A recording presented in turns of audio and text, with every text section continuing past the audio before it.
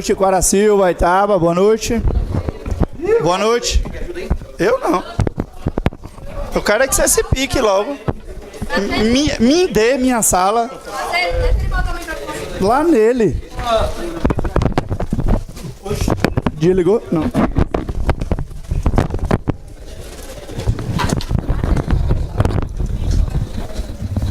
Se eu imprimir? Imprimiu, né? Se tem aqui a... Quem foi o primeiro no simulado? Poxa, eu não peguei lá embaixo, não. Quem foi o primeiro no simulado aqui da gente? Tá aqui? Foi Erasmo, foi o primeiro, né? O segundo foi quem? Não tá aqui também. O terceiro? João. Eu tô aqui com Geografia e História da Bahia, tá? Aqui tá atualizando até Jacques Wagner, tá? Não entrou aqui em Rui Costa. Porra. O material tá muito bem feito. Tudo de Geografia e História da Bahia. Massa. Massa. O quarto lugar, quem foi? Meu chefe, faça um favor pra mim. Desce lá embaixo e pega...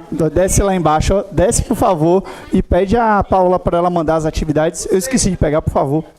A galera de Ubaitaba e Quaraci já tá com as atividades na mão, né? Que eles não são bestas. Tem aqui um material aqui pro pessoal de Ubaitaba e de Quaraci, tá? Tem dois de Ubaitaba e dois de Quaraci.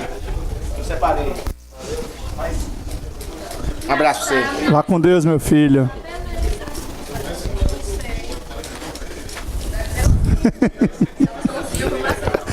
Ih, o quê? Eu falei nada. O quê? Tenho. É mesmo? É?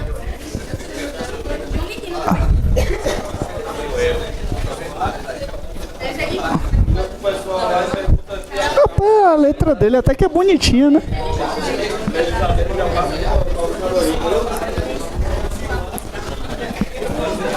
Pessoal, hoje a gente vai resolver questões relacionadas ao ponto 1, ao ponto 2 e ao ponto 3 do edital de vocês, viu? Direito constitucional.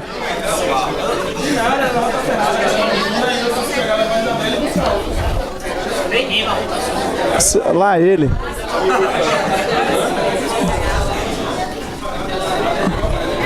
Não tenho culpa desse amor pra acontecer.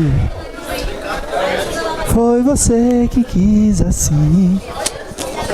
É.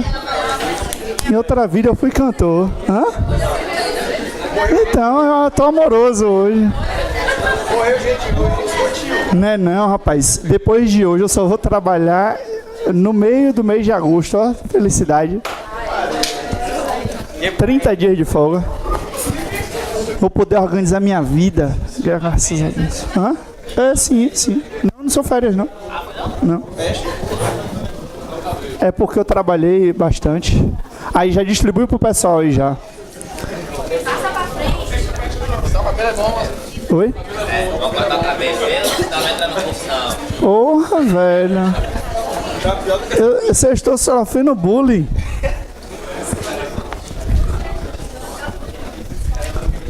Primeira coisa que a gente vai falar hoje é a respeito de poder constituinte.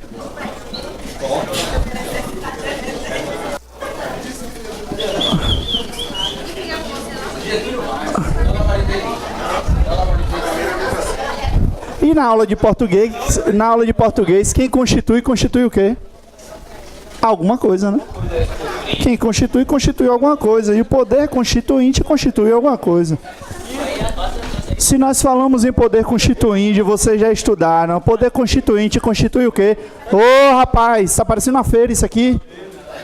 Bora? Poder constituinte constitui o quê?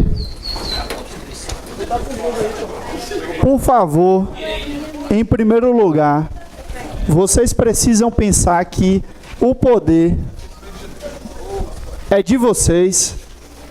O poder é do povo. Todo poder emana do povo. Então eu tenho que pensar que o poder é uma expressão da vontade do povo. Certo? Então, quando nós sabemos que o poder emana do povo, nós sabemos que o titular, o dono do poder constituinte é o povo. Beleza? Quando eu falo de poder constituinte, Eu digo da possibilidade que eu detenho de formar uma Constituição, ou então de alterá-la. Então, o poder constituinte se expressa quando eu tenho a possibilidade de criar ou modificar uma Constituição. Bacana? Agora nós sabemos o que é poder constituinte. Temos a possibilidade de criar ou modificar a Constituição. Constituição, gente, nada mais é do que a lei maior do nosso país. Constituição nada mais é do que a nossa carta política. Constituição nada mais é do que um instrumento que rege todas as relações dentro do nosso país, dentro do nosso território. Então, a nossa lei maior é criada pelo povo. Bacana falar sobre isso, porque quando nós falamos da criação pelo povo, é fato que essa criação não ocorre diretamente pelo povo. Nós sabemos que nossa democracia é uma democracia participativa. Então, o poder constituinte ele é exercido pelo povo através dos seus representantes. Então, essa é a informação basilar do poder constituinte. Saber que ele é o poder de criar uma Constituição ou modificá-la, e que esse poder origina do povo, e que esse poder não é exercido pelo povo diretamente, é exercido indiretamente através dos seus representantes. Pronto, já sabemos o que é o poder constituinte. Só que o poder constituinte, ele se divide em duas formas de expressão. O poder constituinte originário,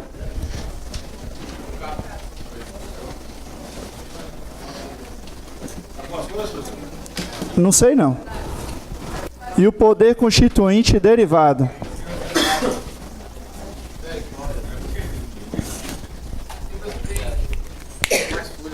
Sim, aí vê aí para providenciar com o Paulinha lá embaixo. Ainda nem comecei a responder a questão ainda. Bom, vê quantas estão faltando aí, vai lá embaixo. Enquanto isso, tem uma sobrando ali. Hoje a aula é no ritmo frenético, tá? Porque são 20 questões e eu tenho muita informação para passar para vocês. Olha só. Quando eu falo em poder constituinte originário, se apeguem ao nome originário, origem. Ora, se eu estou falando em originário, isso é criar ou modificar a Constituição? Bacana. Se isso é criar a Constituição, eu tenho que ter em mente que a criação de uma nova Constituição rompe, quebra com a ordem constitucional anterior. Criar uma nova Constituição é rasgar a anterior e jogar fora. Eu não preciso respeitar nada que estava na Constituição anterior. Não preciso ler nada, posso jogar ela no lixo, porque a partir daquele momento, o povo está optando por uma nova forma de regramento, está optando por uma nova forma de regulação da sua vida social. Através do quê? De uma nova Constituição. Beleza? Sem dúvidas aí, né? Então, o que acontece? Cria uma nova Constituição, o que vai dar a expressão que vocês precisam saber. Rompimento com a ordem anterior.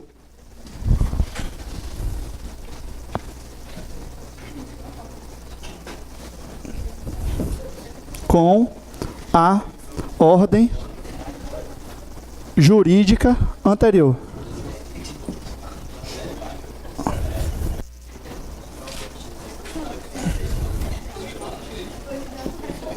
Certo? Deixa eu apagar isso aqui para eu poder botar algumas informações com relação ao poder originário ainda. Isso significa que eu não preciso respeitar a Constituição anterior. Ora, se eu não preciso respeitar a Constituição anterior, significa dizer que eu não tenho nada que me coloque à frente da construção de uma nova Constituição. Eu não tenho leis anteriores que me falem assim, escreva a Constituição de determinado jeito, ou deixe de colocar isso, ou inclua aquilo, não. Aí, o que vocês sabem hoje, por exemplo, gente, está me incomodando.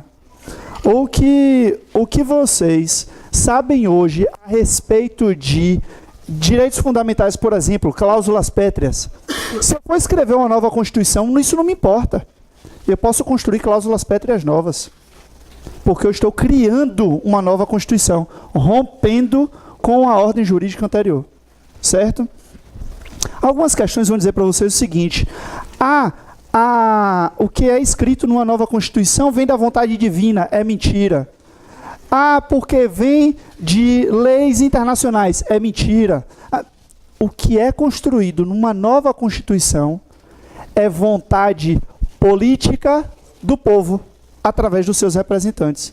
Então, quando eu falo de um poder constituinte originário, eu falo de um poder constituinte que tem as seguintes características.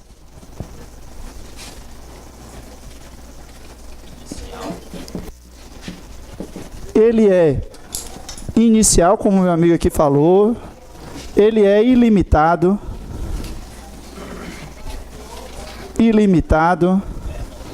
Ele é incondicionado.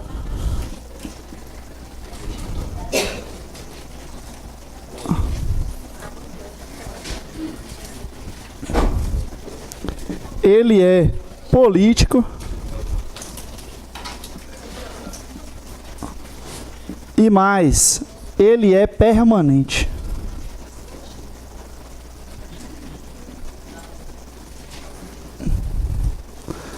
Você fala assim, permanente, professor, mas criou a Constituição, não acabou o poder? Não. Porque o poder continua com o povo. E se o povo quiser construir uma nova Constituição, ele faz. Entenderam isso? Então, o poder constituinte originário, ele não se esgota com a construção da Constituição. Eu posso construir uma nova Constituição no futuro. Fazendo o quê? Acabando com essa e criando uma nova. Somente isso.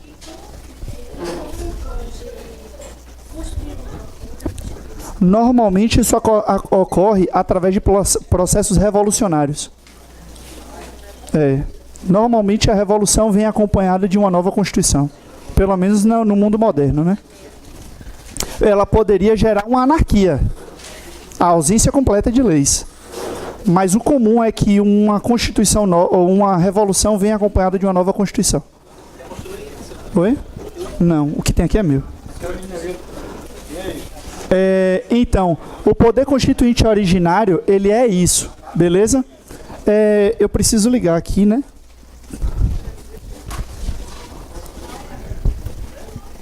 Deixa eu ver aqui. O poder constituinte originário é isso, certo? Dúvidas com relação? Pronto. Tirando isso aqui, que... Ligou lá? Ligou. É o que? É de Caíta essas aqui, é? Ô Gui, chega aqui, filho. Coloca aqui minhas questões. Na boa. Oi. Não entendi nada. Autônomo, sim. Eu não coloquei autônomo também, tá? O que eu quero que vocês entendam? Que o poder constituinte originário, ele é um poder sem amarras, certo? Ele é independente em todos os sentidos. É isso que vocês precisam saber com relação ao poder constituinte originário. Bom, saindo da parte da criação, eu tenho, logicamente, a presença de um poder constituinte derivado.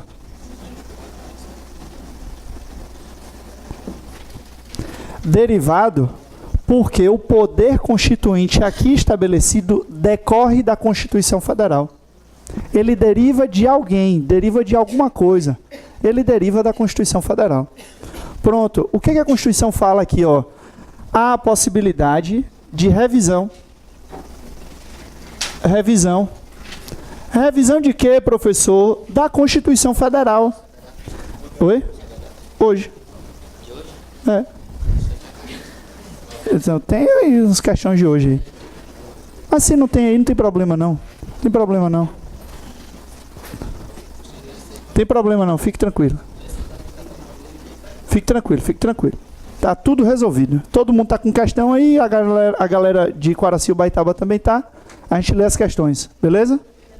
É até melhor, né? Cada um lê a sua aí, eu falo o número e a gente lê. Olha só. Temos o poder constituinte derivado revisor ou de revisão. O que é isso aqui? Rever as disposições da Constituição Federal. Ele só ocorreu uma vez. Em 1993, 5 anos após a edição da Constituição Federal. O que é que ele fazia? Ele me permitia reformular dispositivos da Constituição Federal através de uma forma menos difícil. Hoje nós temos um procedimento de reforma da Constituição mais difícil. Na época, era simplesmente maioria absoluta. Então, com maioria absoluta, em 1993, eu conseguia revisar dispositivos da Constituição Federal. Bacana, o poder de revisão acabou, ele só ocorreu naquela época. Então, se alguém disser para você nas questões, poder constituinte derivado de revisão pode ser utilizado a qualquer momento, é mentira. Certo? Por quê? Porque ele só pôde ser utilizado 5 anos após 1988, 1993. Além do poder constituinte derivado revisor, eu tenho o poder constituinte derivado decorrente.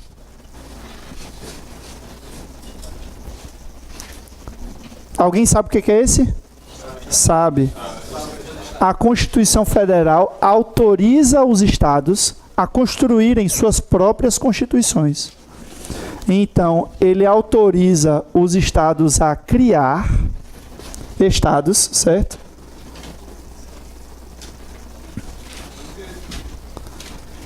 A criar ou modificar, tá?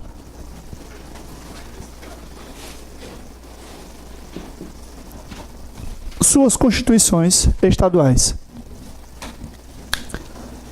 Além do poder constituinte derivado decorrente, nós temos o poder constituinte derivado reformador. Esse é o que pega. Porque aqui a gente tem um monte de regrinha. Mas o que é interessante saber com relação ao poder constituinte derivado é que, sobretudo, ele é um poder jurídico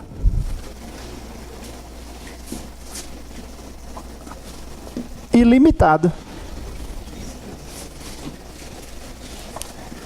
Eu vou colocar só essas duas características para vocês aí. Ele é jurídico ilimitado. Por que que ele é jurídico? Porque o poder não decorre de uma vontade política. Ele decorre da Constituição Federal. A Constituição Federal é que diz, olha, é assim e assim que você pode fazer. Por que que ele é limitado? Porque ele não pode atingir princípios constitucionais, regramentos constitucionais. É por isso que na maioria das constituições estaduais nós temos regras de repetição obrigatória. Por isso, porque o poder constituinte decorrente, ele acaba sendo um poder jurídico. Quando eu falo em poder constituinte reformador, o que que acontece aqui? Possibilidade de criação de emendas constitucionais. E como é o meu procedimento para a criação de emendas constitucionais? Ele é limitado, não é? Por quem? Pela própria Constituição Federal. O poder constituinte originário limita a alteração da Constituição. Então, o poder é jurídico, porque vem da Constituição Federal, e ele é limitado. E nós vamos ver os tipos de limitação. Certo? O que acontece aqui? Eu tenho a possibilidade de reformar. Vamos olhar aí nossa primeira questão. Vamos lá? Todo mundo pegando as questões? Considere as normas constitucionais sobre o exercício do poder constituinte derivado. Sublinha derivado. E assinale a alternativa correta. Sublinha correta. Beleza? Já fizeram isso? Vamos lá. Letra A. A Constituição poderá ser emendada mediante proposta de 2/3, no mínimo, dos membros da Câmara dos Deputados ou do Senado Federal. Vamos aqui. Antes de responder as questões, vocês entenderam como é o poder constituinte derivado, não é? Os 3 tipos e que ele é limitado e jurídico. Não entenderam? Eu vou apagar. Para a gente falar direcionado para o derivado reformador, tá? Vou apagar aqui. Posso? Já tirou a fotografia já? Você viu que eu fui bonzinho, né? Ainda perguntei.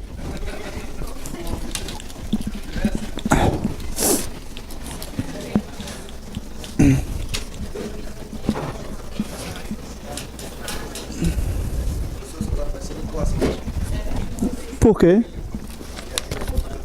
Ah.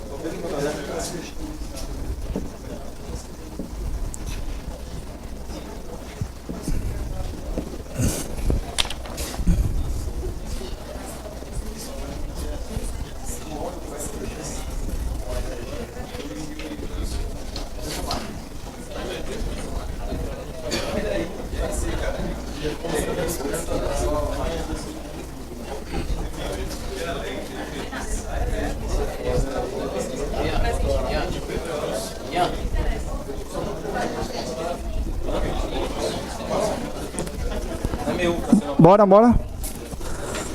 Vamos lá. A Constituição poderá ser emendada mediante proposta de 2/3, no mínimo. Corta aí, no mínimo, tá errado. Cortou no mínimo, passa aí um traço no mínimo. A proposta precisa ser no mínimo de 1/3 dos deputados ou 1/3 dos senadores. Qualquer um dos dois podem propor uma emenda constitucional. A questão diz que a proposta tem que ser de no mínimo 2/3. É mentira. No mínimo 1/3. A proposta. Letra B é a correta. Vamos passar para a letra C. A Constituição poderá ser emendada na vigência de intervenção federal. Está errado. Por favor, anotem do lado da questão. Limitação circunstancial. Oi? Letra C é. Risca a intervenção federal e coloca aí, limitação circunstancial.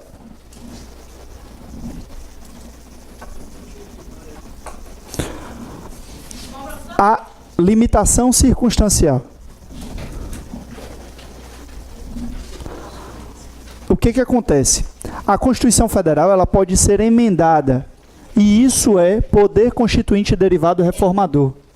Só que as emendas possuem limites. Eu não posso emendar qualquer coisa, certo? A intervenção federal é uma circunstância que limita a emenda constitucional. Porque intervenção federal limita, estado de sítio limita e estado de defesa limita. São circunstâncias excepcionais que limitam a emenda à Constituição. Acabou essa situação, posso emendar. Beleza? Limitação circunstancial. Vamos lá. Letra D. A emenda à Constituição será promulgada exclusivamente. Risca exclusivamente. Riscaram aí? O Baitaba, Quaraci, estão comigo? Bora, letra D. Risca aí exclusivamente. Por que exclusivamente? Porque a emenda à Constituição não vai para a sanção presidencial e também não é promulgada por uma das casas. Ela é promulgada por ambas as mesas das casas. Então, é promulgada pela mesa da Câmara e promulgada pela mesa do Senado. Certo? Vocês vão ler em casa, depois dessa aula, o artigo 60 da Constituição Federal. poder constituinte derivado reformador. Artigo 60.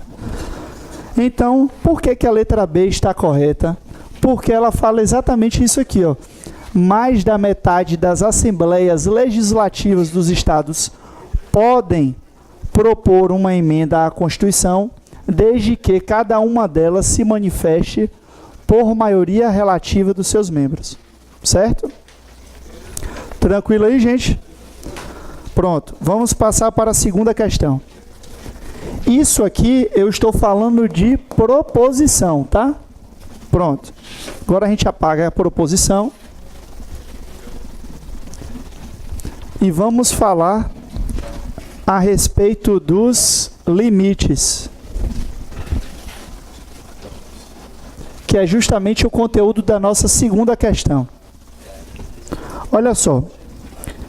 Considere as características do poder constituinte originário. Sublinha originário, por favor. E derivado. Sublinha derivado. A questão trata dos dois.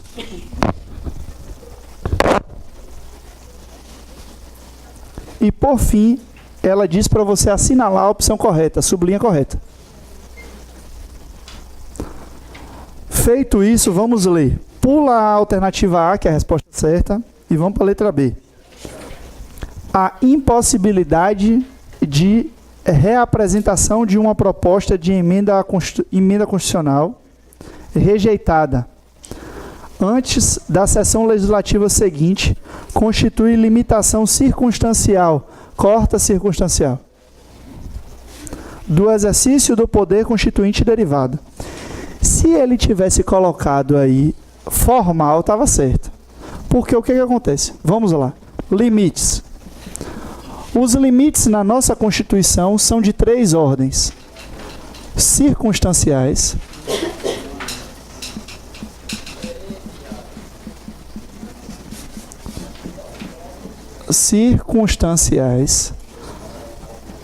formais e materiais.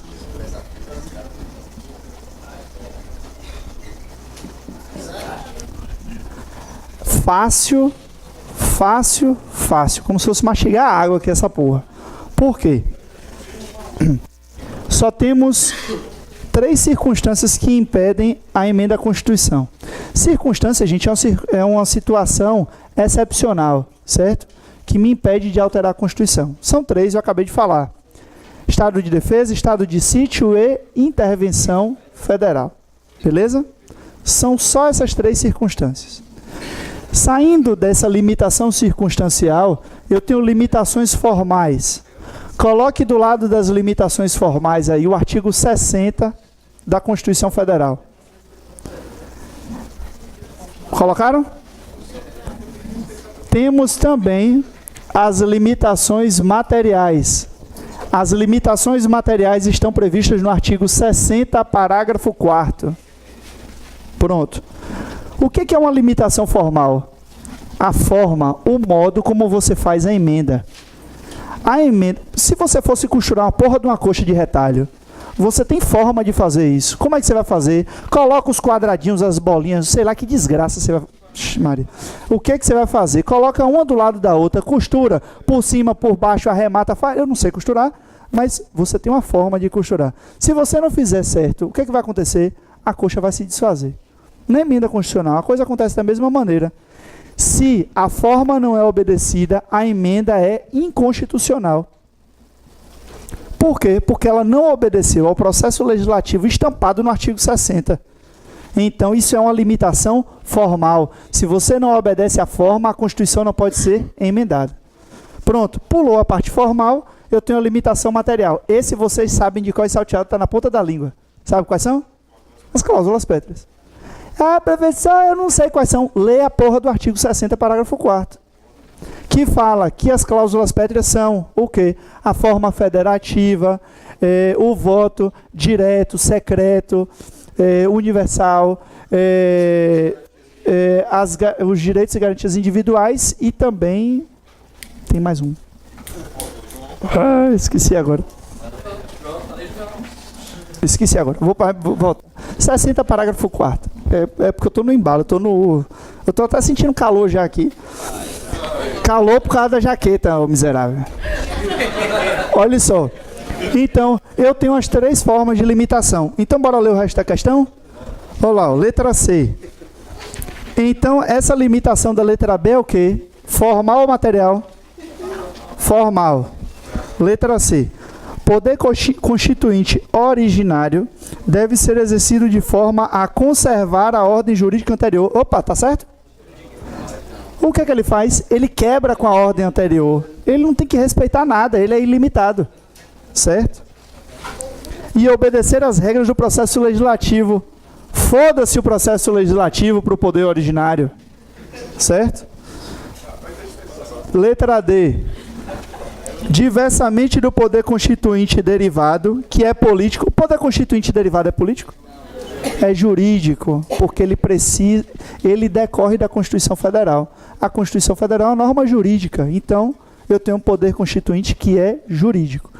E aí ele diz, o originário é jurídico, não é miséria, é político, é o inverso. Risca aí e coloquem as observações.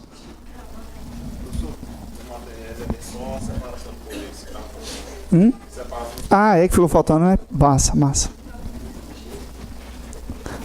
O que eu estava esquecendo aqui é a separação dos poderes. Tudo certo. Então, tudo certo aí, gente? Acreditam que com relação ao poder constituinte eu não preciso falar mais nada? Eu só preciso falar de uma coisa que não está relacionada diretamente a essa forma de alteração. Tudo isso aqui, ó, prestem atenção. Tudo isso aqui é alteração do texto constitucional, alteração da escrita, alteração da norma propriamente dita. Só que percebam uma coisa, o direito, ele é interpretado. E o mundo muda, e muda cada vez mais veloz com o passar do tempo. O mundo tinha uma transformação muito mais lenta em 1988 e uma transformação muito mais veloz em 2017. Em razão disso, um texto constitucional que não se adapta à realidade econômica, social e cultural não presta para nada. O que acontece? Os intérpretes da Constituição Federal podem, lendo o texto, adaptá-lo à casuística do momento, à dinâmica da modificação social, sem, contudo, alterar o texto. O nome disso é mutação. Quando você assiste a Zorra do X-Men, o cara não faz nada, ele simplesmente muda, porque a circunstância de vida mudou. É como se o meio exterior estivesse agindo sobre o indivíduo, e aí ele sofre uma mutação. Aqui eu tenho uma mutação na Constituição Federal. Uma mutação que não altera o texto, mas altera a interpretação. Bora ler a terceira questão? Lê a terceira questão aí. Por mutação constitucional entende-se. 2 pontos. A inserção de emendas constitucionais. Risca. E em cima do risco escreva assim, texto. Texto. Em cima, risca aí, emenda constitucional e bota assim, texto. A letra B aí agora. A superveniência de uma nova carta política. Risca a carta e escreve em cima do risco, texto. Pula a letra C, que é a resposta certa, a letra D. O exercício do poder do poder derivado decorrente. Risca decorrente. E escreve embaixo do risco ou em cima texto. Poder constituinte decorrente não é a criação de uma Constituição estadual ou então a modificação dela? É texto. Letra C agora. Ó, vamos ler a letra C. A nova interpretação dada à Constituição, atribuindo novos sentidos a seu texto. Falei de modificar o texto? Atribuir sentido diferente, sem modificar o texto. O nome disso é mutação constitucional. Beleza? Tranquilamente. Agora... Já foi.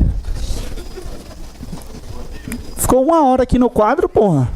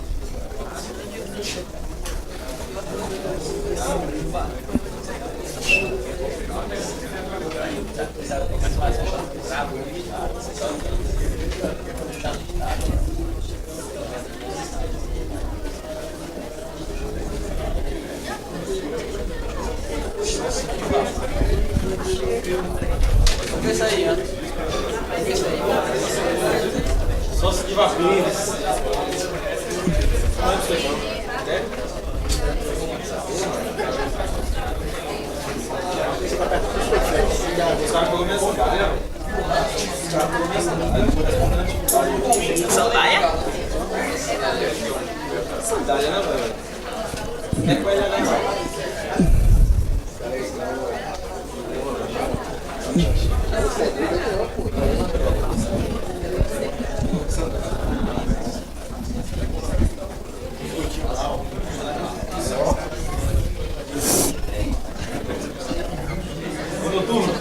Você vai começar?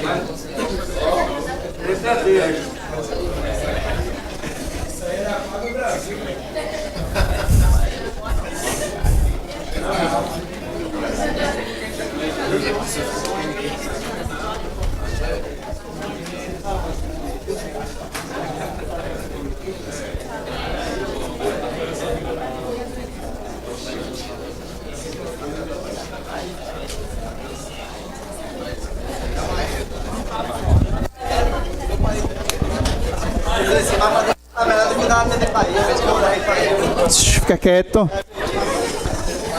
Ó, vamos ler aí a quarta questão. 1, 2, 3, quarta. Todos os enunciados abaixo correspondem a fundamentos, sublinha fundamentos, da República Federativa do Brasil, previstos no artigo 1º da Constituição Federal, sublinha, exceto. Olha só, eu tive o maior cuidado em pegar essas questões e apagar os negritos e os sublinhados para vocês exercitarem isso. Eu estou mandando sublinhar, sublinha essa porra na hora da prova, certo? Estou falando sério, porque você pode se deparar com uma primeira alternativa correta, no abafamento marcar, e a questão está lhe pedindo errada, certo? Bom, essa questão quer o quê? O errado. Estamos falando em fundamentos, certo? Letra A, soberania. Letra B, cidadania. Letra C, dignidade da pessoa humana. E letra E, pluralismo político. A letra D é a resposta errada. Pô, professor, você não deixa nem a gente responder. Mas não é para vocês responderem, né? É para eu responder junto com vocês, certo? Então, o que acontece? O que acontece? Esse quadro aqui foi feito para mostrar para vocês em qual fundação a nossa república está formada. Vejam, quando eu falo em fundação, eu estou dizendo do alicerce para a construção de um Estado. Eu estou falando da construção do alicerce para a nossa casa, a construção do nosso país. A base é fundada em 5 aspectos básicos. Quando você estuda direito, você estuda os elementos de Estado. Entre os elementos de Estado nós temos soberania, nós temos povo, nós temos território. Mas a Constituição do Estado, a Constituição brasileira, ela nos fornece como elementos fundamentais da República Brasileira os seguintes. Em primeiro lugar, a soberania. Gente, dentro desse espaço territorial, o poder é soberano. O poder é nosso, exercido através dos nossos representantes. Nós temos o poder de gerir toda a vida existente dentro dos nossos limites territoriais. A este poder nós damos o nome de soberania. Além da soberania, nós devemos falar em cidadania, porque o povo é um dos constituintes deste Estado. Se eu tenho a cidadania, eu não posso deixar de lado a dignidade da pessoa humana. E, além disso, a República está fundada nos valores sociais do trabalho e da livre iniciativa. E, além disso, no pluralismo político. Essas são as bases da nossa República. Oi? Não. Vou explicar daqui a pouco, calma aí. Aí o que acontece? Eu tenho esta para nossos limites territoriais. Mas vejam que eu pego e reparto o território, não é isso? Não reparto o território? Eu deixo de ser Brasil por causa disso? O Brasil é formado por quem? Pela união indissolúvel dos estados. Então eu posso dizer que uma federação é uma forma do Estado brasileiro, não é isso? Não é isso? É isso ou não é, gente? Puta que pariu, viu? Se eu pego e separo o território em estados, significa dizer que a forma do meu estado não é unitário, ela é federada. Então eu digo que isso aqui é a forma de estado, desculpa aqui. A forma do estado.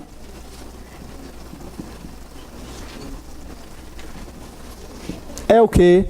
É uma federação. O Brasil é formado pela união indissolúvel dos estados. Falei para vocês aqui, naquela aula, a respeito de separação, lembram? Dos estados e tudo. Que eles poderiam separar-se entre si, mas não poderiam se separar da república. Não é isso? Não posso criar um novo país, eu posso criar um novo estado. Um novo país, não. Então eu tenho aqui a federação. O mais interessante é que o próprio artigo 1º vem e nos fala o seguinte, olha, todo o poder emana do povo e que o exerce através dos seus representantes. Beleza. Se eu digo que que eu tenho o poder, que esse poder vai ser executado por meus representantes, então eu tenho aqui um Estado que é representativo, de pessoas eleitas. Isso é compatível com uma monarquia ou uma república? Então, a própria Constituição Federal elegeu como forma de governo a república.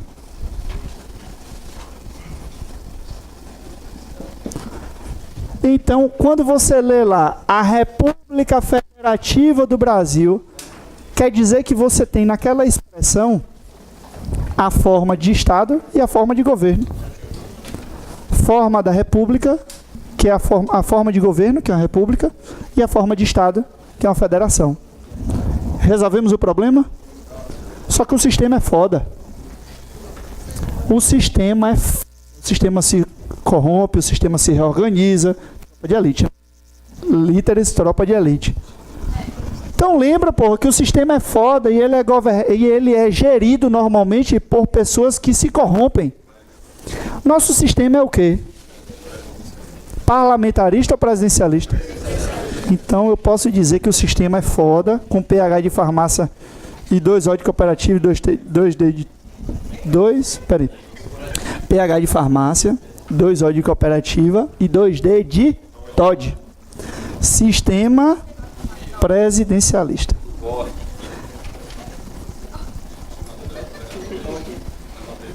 Ô, gente, por favor, depois dessas informações, bora ler a quinta questão? Ô, véi, não responda. Assim não, que perde o gosto. Acerca da organização e estrutura do Estado, assinale a alternativa correta, sublinha correta, pelo amor de Deus. Vai para onde, minha filha? Por quê, meu amor? Então, bom descanso, viu? Beijos. Vamos lá. Letra A. O Brasil adotou como sistema de governo a República. Risca sistema. Oi? Não tem nada. Meu amor sabe que eu amo. Eu amo ela.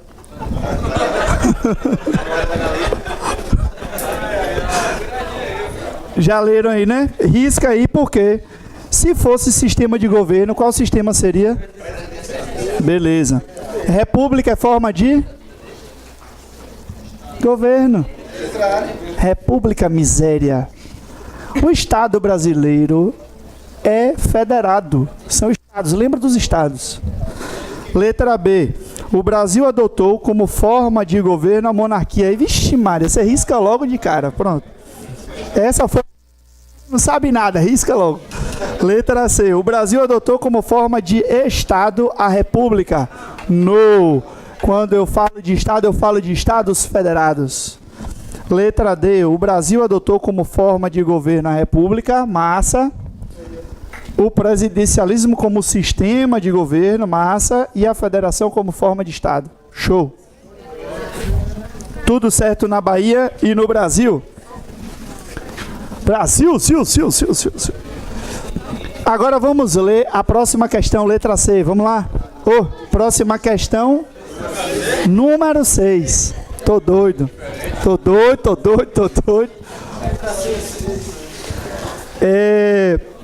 Todos os enunciados abaixo, bora, correspondem a objetivos. Por favor, sublinhem objetivos.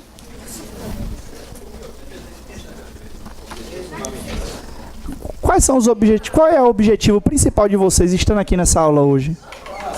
Ser aprovado no concurso público. Ser polícia? Ora. Então, quando eu coloco como objetivo aqui, é aquilo que o Brasil deseja alcançar, certo? Normalmente vai estar expresso por um verbo. Leram aí? Sublinhou o exceto. Já sublinhou? Miserável. Sublinhou o exceto. Pronto. Pula a letra A, que é a correta. Os demais correspondem aos objetivos do Brasil. Oi? Não tem. A gente só tem que pensar no seguinte. Não tem. Eu não vou trabalhar com isso. O que acontece? Miséria. O que acontece? Quando a gente fala, vamos falar aqui, quais são os objetivos? Pessoal, presta atenção. Quando nós vamos falar de objetivos do Brasil, eu só estou olhando para o umbigo. Eu não quero saber do que acontece no resto do mundo. Qual é a primeira intenção de um país? Garantir o desenvolvimento dele, garantir o desenvolvimento do país.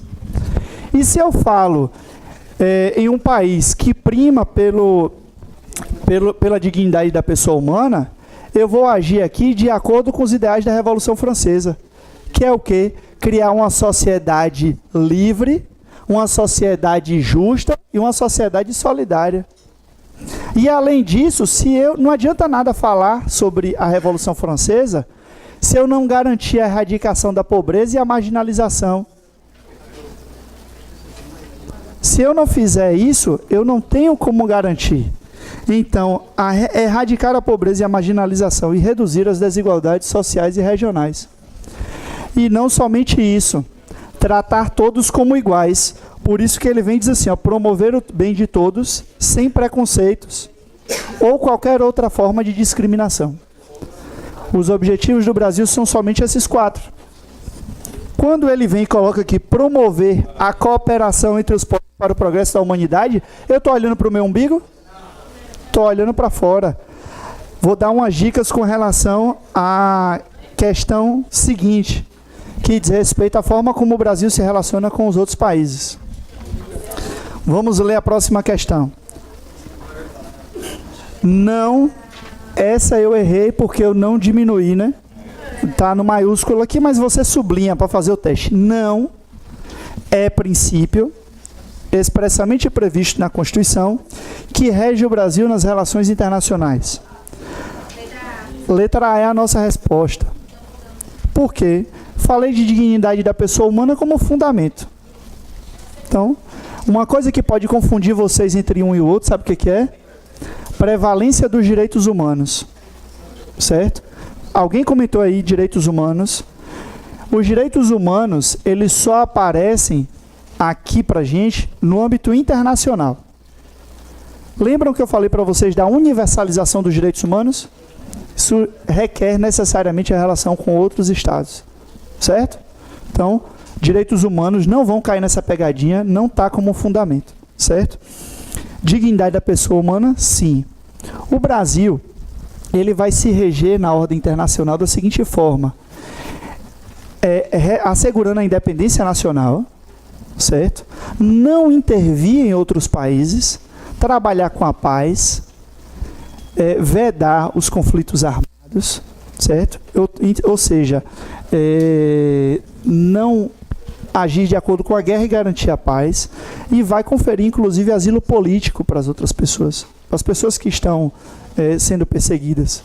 Então, ele garante o asilo político. E uma coisa que talvez caia na prova de vocês, que está relacionada à formação de uma comunidade latino-americana, certo? É o caput do artigo 4º, certo? Então, aí vocês deem uma olhada no artigo 4º. Bom, aí a gente sai dos princípios fundamentais. Tudo beleza aqui, gente? Certo? Tranquilo, né? Depois da aula de hoje, vocês vão reler os artigos da Constituição que eu estou citando.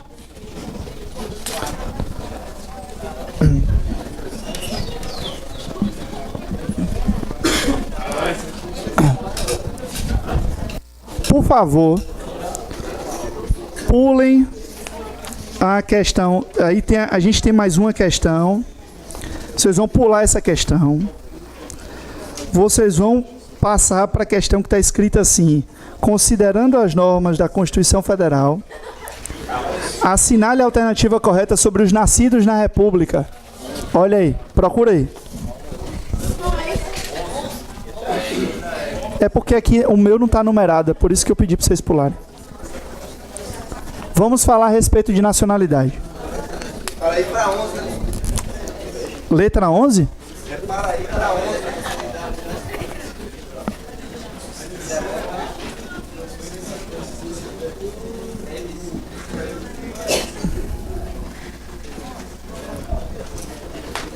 O que é nacionalidade para vocês?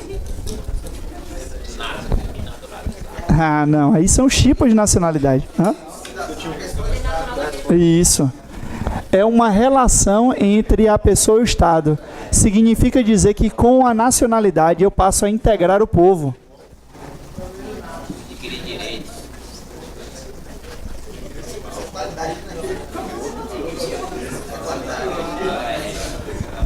Quando eu adquiro a nacionalidade, eu passo a integrar o elemento povo. O povo é um elemento do Estado. E, portanto, eu passo a ter uma relação entre o indivíduo e o Estado. Então, eu integro o Estado através do elemento povo. Eu faço parte do povo brasileiro, portanto, agora sou dotado do poder constituinte, sou dotado do poder que emana do povo.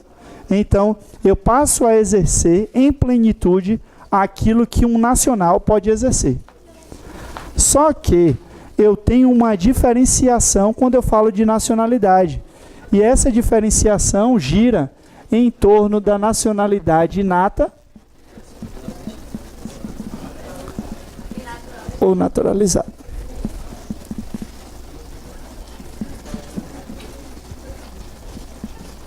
Adquirir a nacionalidade brasileira é algo que depende inicialmente apenas que você nasça no território nacional. Basta nascer no território brasileiro. Aí você fala assim, professor, mas é só isso? Basicamente sim. Só que a própria questão vai trazer para vocês uma informação relacionada à exceção disso aí. Vamos ler a questão. Considerando as normas da Constituição Federal, assinale a alternativa correta sobre os nascidos na República Brasileira, ainda que de pais estrangeiros. Veja, pais estrangeiros. Desde que eles não estejam a serviço de seu país. Isso é uma informação muito importante. Por quê? Se a pessoa nasce no Brasil e os pais estão a serviço do seu país, significa que ele é nacional do outro país. Certo? Oi? Mesmo nascendo aqui.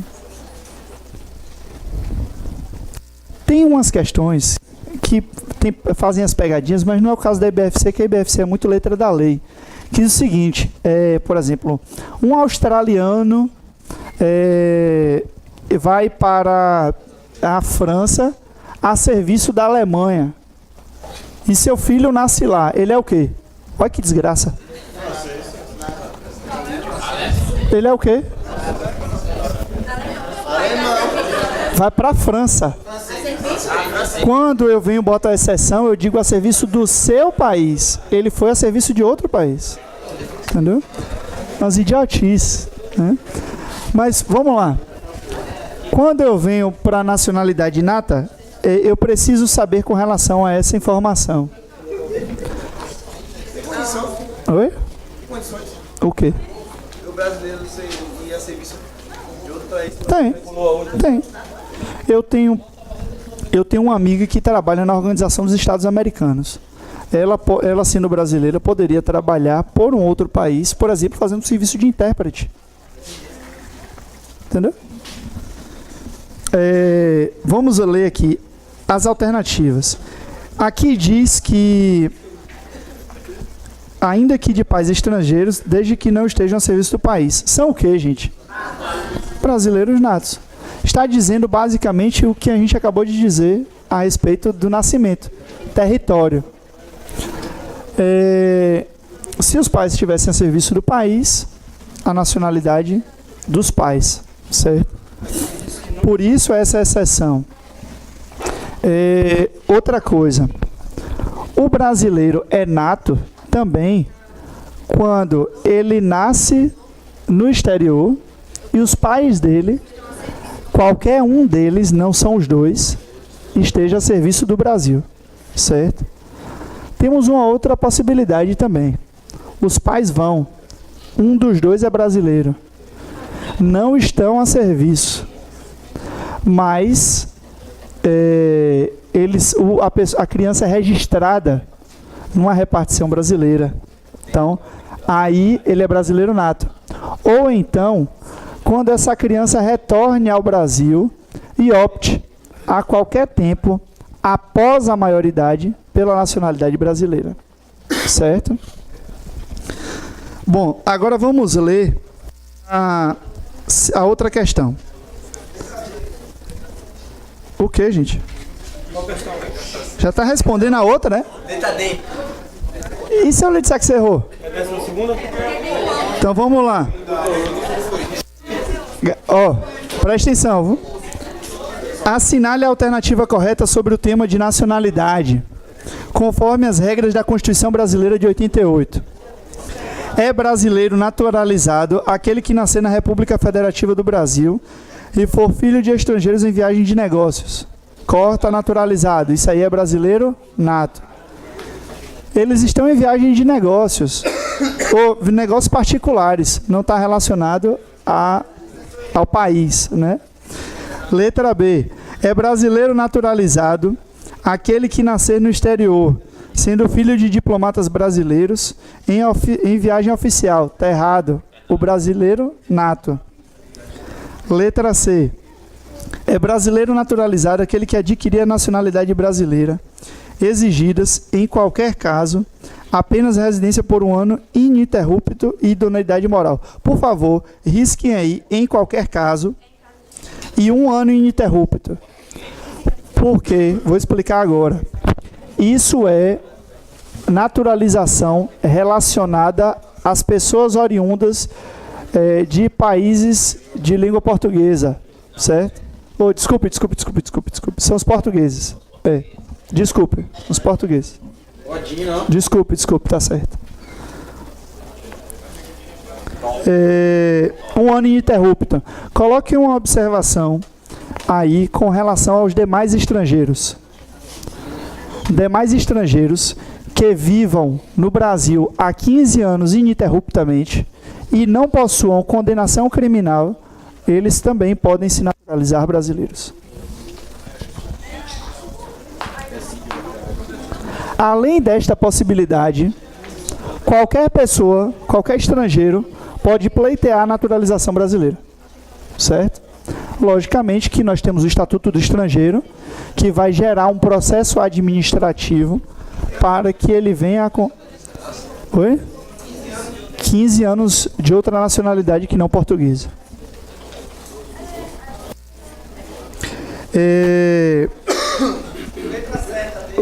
Letra D.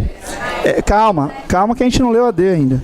É brasileiro nato aquele que nascer no estrangeiro, filho de pai brasileiro e mãe brasileira, desde que ambos, por favor, risque ambos.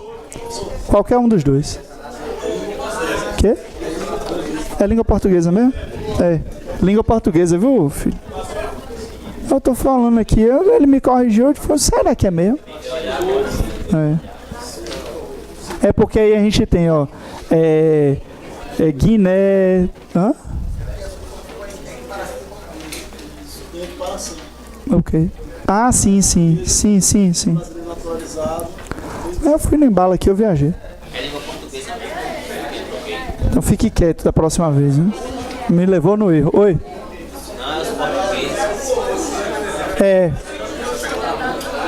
Sim, mas a IBFC... Ó, pessoal, rapidinho. O que ele está falando aqui? Quando ele coloca desde que ambos, ele estabelece a condição que os dois sejam. Aí, se ele colocasse assim, desde que um ou outro, estava certo. Ou que ele diga assim, sendo ambos, poderia estar certo também. Letra E. É brasileiro nato aquele que nasceu na República Federativa do Brasil e for filho de estrangeiros em viagem de turismo. Tá certo.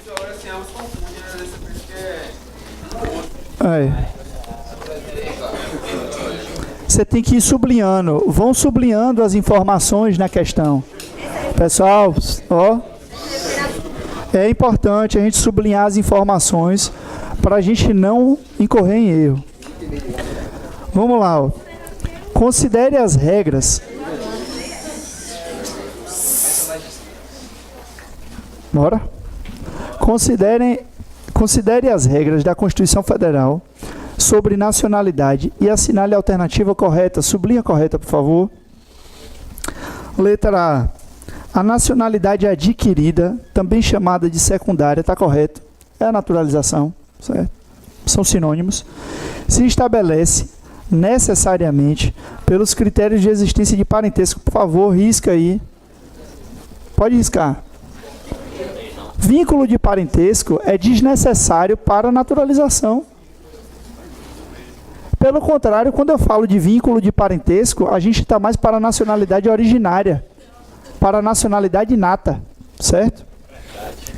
Então, risco necessariamente. E o risco parentesco também. Letra B. A aquisição de nacionalidade estrangeira por brasileiro não pode lhe representar perda do vínculo dessa natureza com a República Federativa do Brasil. Está errado. Não, risca não pode. Uma das formas de perda da nacionalidade brasileira é a aquisição de uma nacionalidade estrangeira. Nós só temos duas ressalvas para a possibilidade de você ter dupla nacionalidade. São as seguintes: quando ambas as nacionalidades são originárias. Então, por exemplo, eu pego, minha mãe foi para a Espanha a serviço do país. Eu nasço na Espanha e... foi para a Espanha. Foi para a Espanha, viajando a turismo. Lá eu nasço, aí eu venho a nascer na Espanha. Sou espanhol, porque nasci lá. Mas se eu volto para o Brasil e opto pela nacionalidade brasileira, de acordo com aquela, optar a qualquer tempo após a maioridade, eu sou brasileiro nato e espanhol nato. Em ambas as circunstâncias, eu não posso perder a nacionalidade. Não perco nenhuma. E além disso, o Brasil garante que o brasileiro nato não perca a nacionalidade caso eu vá morar em um outro país e para adquirir direitos seja exigida a naturalização. Aí são duas possibilidades em que você não perde a nacionalidade brasileira. Certo? Vamos lá. C. A nacionalidade originária se estabelece por fatores alheios à vontade do sujeito e pode se dar por um ou pelos dois critérios identificados, como territorialidade e ascendência. Correto. Fodinho, não. Agora vamos ler as outras duas. Uma vez adquirida a nacionalidade brasileira por naturalização, essa não será perdida senão pela vontade, risca pela vontade do naturalizado.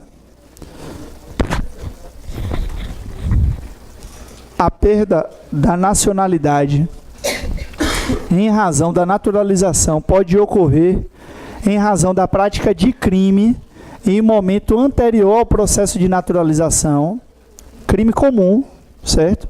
Ou então, por tráfico de drogas, de acordo com a lei, certo? A Constituição Federal, no artigo 5º, estabelece isso. A perda da naturalização em razão do tráfico de drogas. A concessão da naturalização é um ato de interesse do Estado, certo? Ele lhe confere a naturalização se ele quiser. Expressão de um poder de império do Estado. Vamos lá, próxima questão. Aí, nessa próxima questão, nós iremos trabalhar com uma diferenciação entre brasileiro nato e brasileiro naturalizado. Mas eu quero que vocês prestem atenção no seguinte sentido. A Constituição estabelece que não devem ser tratados com distinção os brasileiros natos e os naturalizados. Beleza? Gente, quando eu falo em nacionalidade brasileira, eu não estou me referindo aos natos, eu estou me referindo a ambos. Então, nessas circunstâncias, eu não estabeleço diferença entre um e outro, exceto nos cargos relacionados apenas a brasileiro nato. E quais são eles? Bom, vamos ler na questão, né? Segundo a Constituição, são cargos privativos do brasileiro nato. Bom, presidente do... aí sublinha, por favor, exceto. Porque ele não quer o cargo, ele quer o que não é. Presidente do Supremo Tribunal Federal, brasileiro nato. Oficial das Forças Armadas, brasileiro nato. Inclusive da Polícia Militar, viu? Sim. A Polícia Militar não é força reserva do Exército? O Exército é o quê? Então, porra. Ministro do... estou falando de oficial. Não, estou falando de oficial. Ministro do Estado da Justiça. Pronto. É esse aqui que não é. Qual é o ministro que não pode ser da Defesa? Não. É o ministro do Estado da Defesa. Risca aí Justiça e bota Defesa do lado. É o que seria. Letra D. Vice-presidente da República. Também brasileiro nato. É só a gente olhar a sequência de substituição presidencial. Presidente, vice-presidente, presidente da Câmara, presidente do Senado, ministro do STF, oficial das Forças Armadas, não está na linha de sucessão, mas também, ministro do Estado da Defesa e, anotem aí que não está aí, carreira diplomática, certo?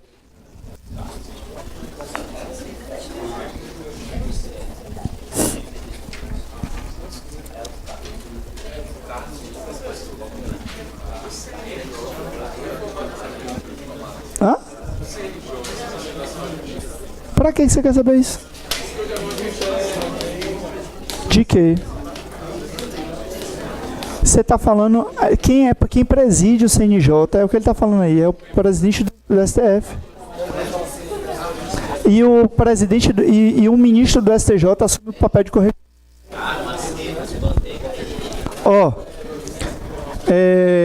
A próxima questão também está relacionada aí à nacionalidade. Gente, quando falo em nacionalidade, tem o... Rapaz, hoje tá foda aqui, velho. Vocês estão conversando pra caralho, tá atrapalhando muito. Na parte final relacionada à nacionalidade, a Constituição trabalha com a informação de que o Brasil adota como idioma oficial a língua portuguesa e fala dos símbolos. Diz que a República Federativa do Brasil possui 4 símbolos. Ora, 2 são bem claros para a gente, que é a bandeira e o hino. Aí o resto fica a cargo do imaginário da gente. Vamos lembrar que quase todas as insígnias que a gente vê têm armas. A Polícia Militar da Bahia tem arma. Se você vai para o Exército, tem arma. Tudo tem arma, então vamos lembrar das armas. Pronto, já temos 3. Só fica faltando um, o selo nacional. Certo? É para selar a vitória de vocês. Né? Então, a nossa resposta é a letra C. Gente, levando em consideração a nacionalidade, e aí a gente sai aqui desse parâmetro de nacionalidade para falar sobre direitos políticos.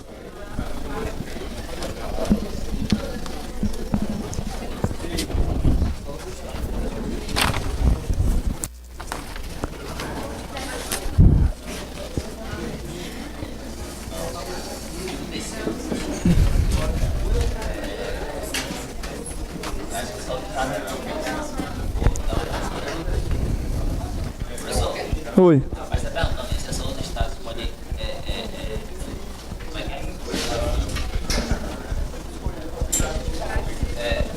Escolher seu ser? Não, né? Só o quê? O estado pode escolher seu ser? O estado, aí eu não lembro dos municípios, mas os estados podem. Mas você vai dar o gabarito? Hã? Vai falar e depois tomar. A gente já tá respondendo, né? Precisa ver, eu não. Quando a lei já existe, depois que eu faço no princípio, quando não existe a lei, quando é fazer a lei. Não. O referendo não existe, aí consulta o povo.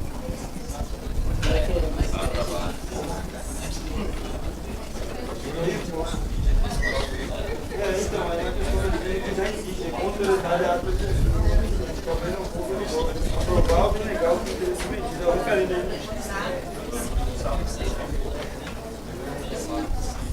Vou trocar mais. Aí ele vai falar, agora eu respondo.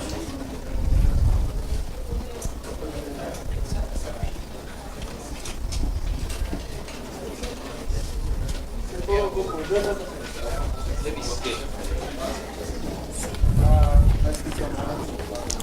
Pessoal,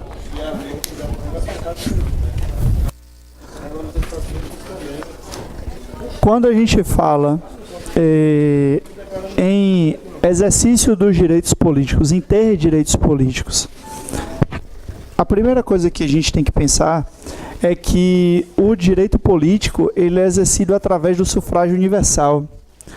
Sufrágio universal é uma série de coisas, não é uma coisa só. E ele se configura basicamente com estas informações aqui. Eu falo da capacidade política ativa, falo da capacidade política passiva e falo ainda da capacidade do exercício direto dos direitos políticos. Principalmente quando eu falo disso aqui, ó.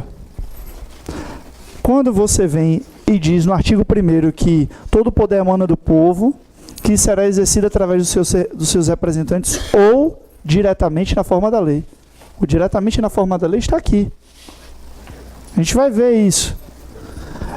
O que acontece? Eu venho aqui e digo que a pessoa tem o direito a votar. Mas o direito de voto no Brasil, ele é obrigatório, na maioria dos casos, e é facultativo também. Então, o que eu preciso saber? Que votar, apesar de ser um direito no Brasil, ele é imposto como uma obrigação. Então, eu, se tenho mais de 18 anos, tenho a obrigação de me alistar como eleitor. E não tenho só a obrigação de me alistar, eu tenho a obrigação de votar. Por isso que lá diz assim, ó, a obrigatoriedade do alistamento e o voto é... Desculpa, o alistamento e o voto são 2 pontos. Obrigatórios para os maiores de 18 e facultativo para quem? Maiores de 16 e menores de 18, maiores de 70 e os analfabetos. Isso é facultativo.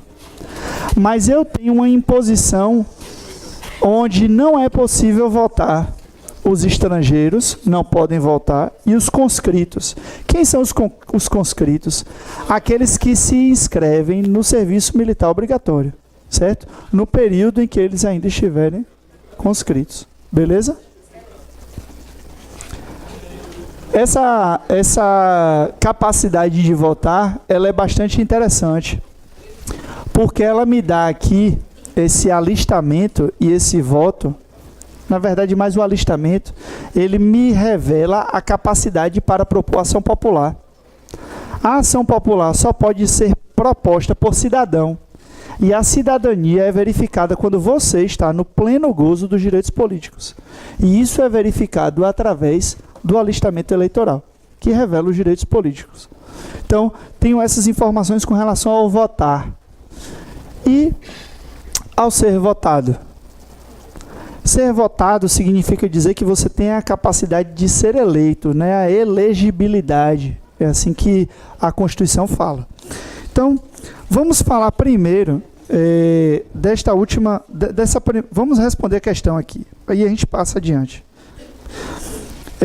Com relação aos instrumentos de democracia, semidireta ou participativa, analise o seguinte enunciado a seguir e assinale a alternativa que se refere a... É convocado com anterioridade a ato legislativo ou administrativo, cabendo ao povo, pelo voto, aprovar ou denegar o que lhe tenha sido submetido. O que é isso? Não. Isso é plebiscito. A lei já existe. Não. Não. O que acontece? A população é consultada Antes da lei. previamente à lei, antes da lei. Então, isso é um plebiscito. Quando você é convocado, o que acontece? Por exemplo, rapaz, tá foda hoje, viu? Quando você é chamado para opinar, por exemplo, sobre separação de um estado, sobre incorporação de outro estado, eu preciso chamar a população interessada. E eu pergunto a ela, vocês querem? Sabe onde é que ocorreu um plebiscito há pouco? Não esse caso do Brasil.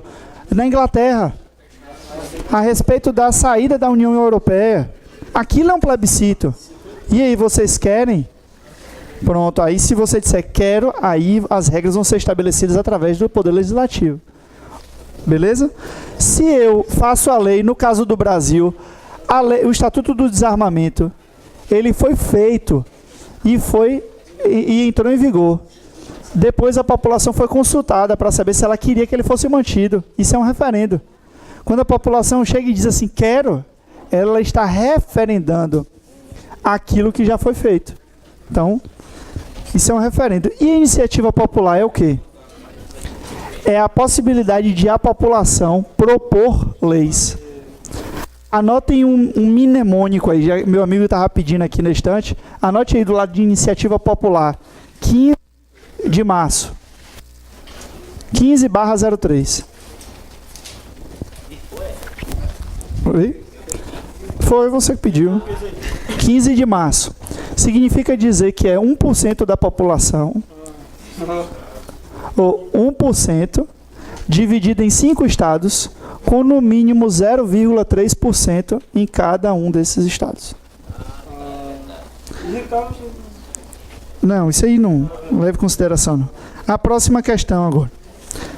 Então a gente já passou por isso aqui. Vamos ler agora as condições de elegibilidade, certo? Segundo a Constituição Federal, são condições de elegibilidade, exceto, por favor, sublinhe. Sublinhou? Pronto, vamos lá. A resposta aqui só está errada porque a questão acrescenta representação no Congresso Nacional. Por favor, risquem isso aí. Beleza? Agora pronto. Vocês já sabem que a alternativa A, C e D representam condições de elegibilidade. Mas ainda ficou faltando aí o alistamento, ficou faltando a idade mínima. Alistamento e idade mínima. Gente, eu falei para vocês que qualquer pessoa é alistável, exceto quem?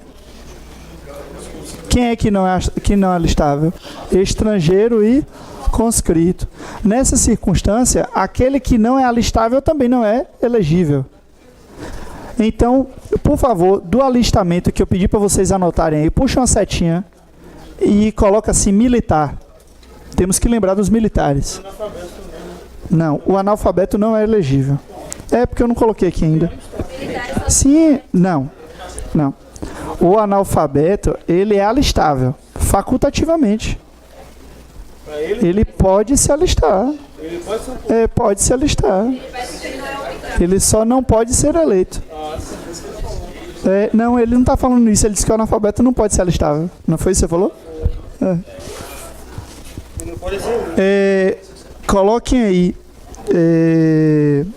Colocou militar, né? O militar tem duas circunstâncias. Se ele tiver menos de 10 anos, ele precisa se afastar da atividade. Se ele tiver mais de 10 anos, ele será agregado pela autoridade superior. E se eleito, o que vai acontecer? Passa a inatividade, certo? Coloquem aí também a observação, já que ele falou aqui, vamos lembrar do analfabeto. Coloca que aí o analfabeto não é elegível. Ele é alistável, mas não é elegível. Aqui em Itabuna tem um exemplo claro de uma pessoa que foi submetida, por exemplo, a teste para saber se era alfabetizado ou não. Carlito do Sarinha. A mulher dele precisou assumir, a mulher dele precisou sair candidata, porque senão ele não iria assumir. Depois de não sei quantos anos que ele era vereador. Tiririca foi submetido a teste. Lula também não foi? Lula foi? Eu acho que não. Mas Tiririca foi. Agora, eu não vou falar de idade mínima nessa questão. A gente vai pular para a próxima, que na próxima tem. Quem é que já sabe? Mas tem quem não saiba. Ah, não, peraí. Calma aí. A idade mínima de 30 anos é condição de elegibilidade para o cargo de... Massa. Agora puxem a seta dos outros aí, vá. Deputado federal, puxa a seta, 21. O vice-governador é a resposta, né? Não precisa botar. Senador, 35. Juiz de paz, 21. Gente, colocar juiz de paz é até uma aberração jurídica, porque juiz de paz não existe mais no Brasil. Fazer casamento, essa desgraça. Olha só, deixa eu falar uma coisa aqui. Deputado federal, aí tem juiz de paz. Ficou faltando deputado estadual e prefeito, 21. Ficou faltando vereador, 18.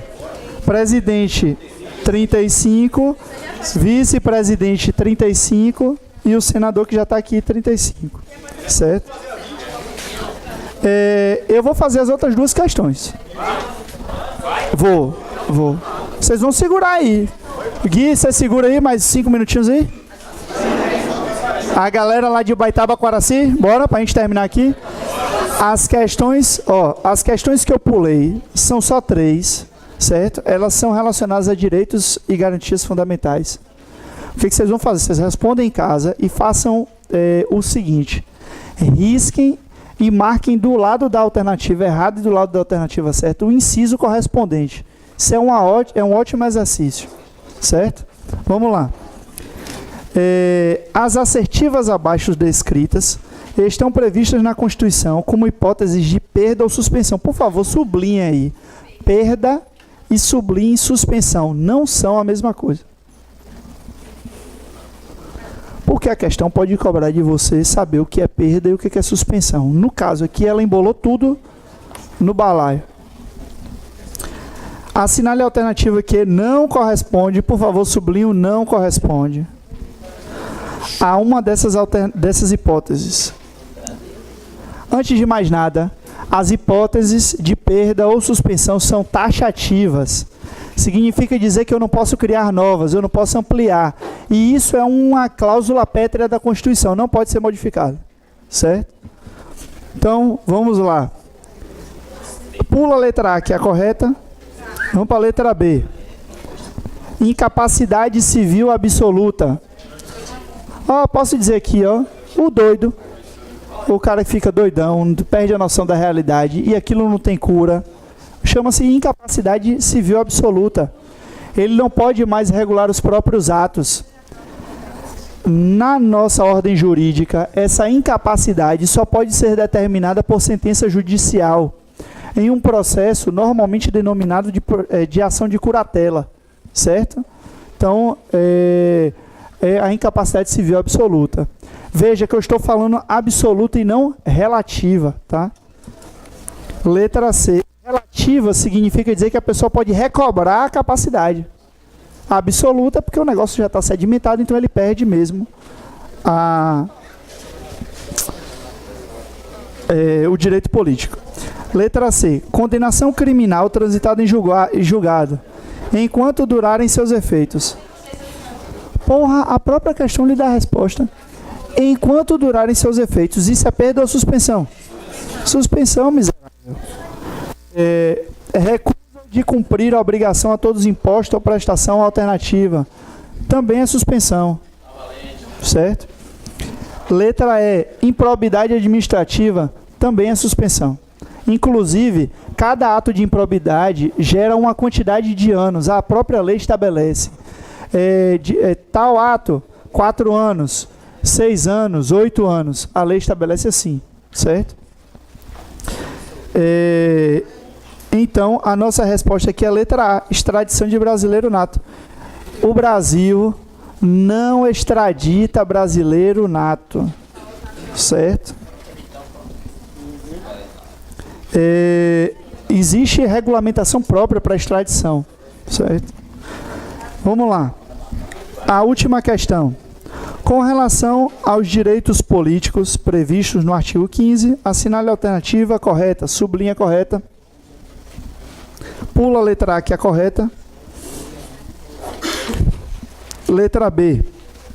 A suspensão dos direitos políticos poderá se dar no caso de incapacidade relativa. Eu acabei de falar. Incapacidade relativa não gera não gera suspensão, exatamente. A incapacidade absoluta geraria perda. Calma aí, pai, calma aí. Oxente, que debande é esse? Pera aí. Oxe, não, pai. Pera aí. A incapacidade precisa ser absoluta.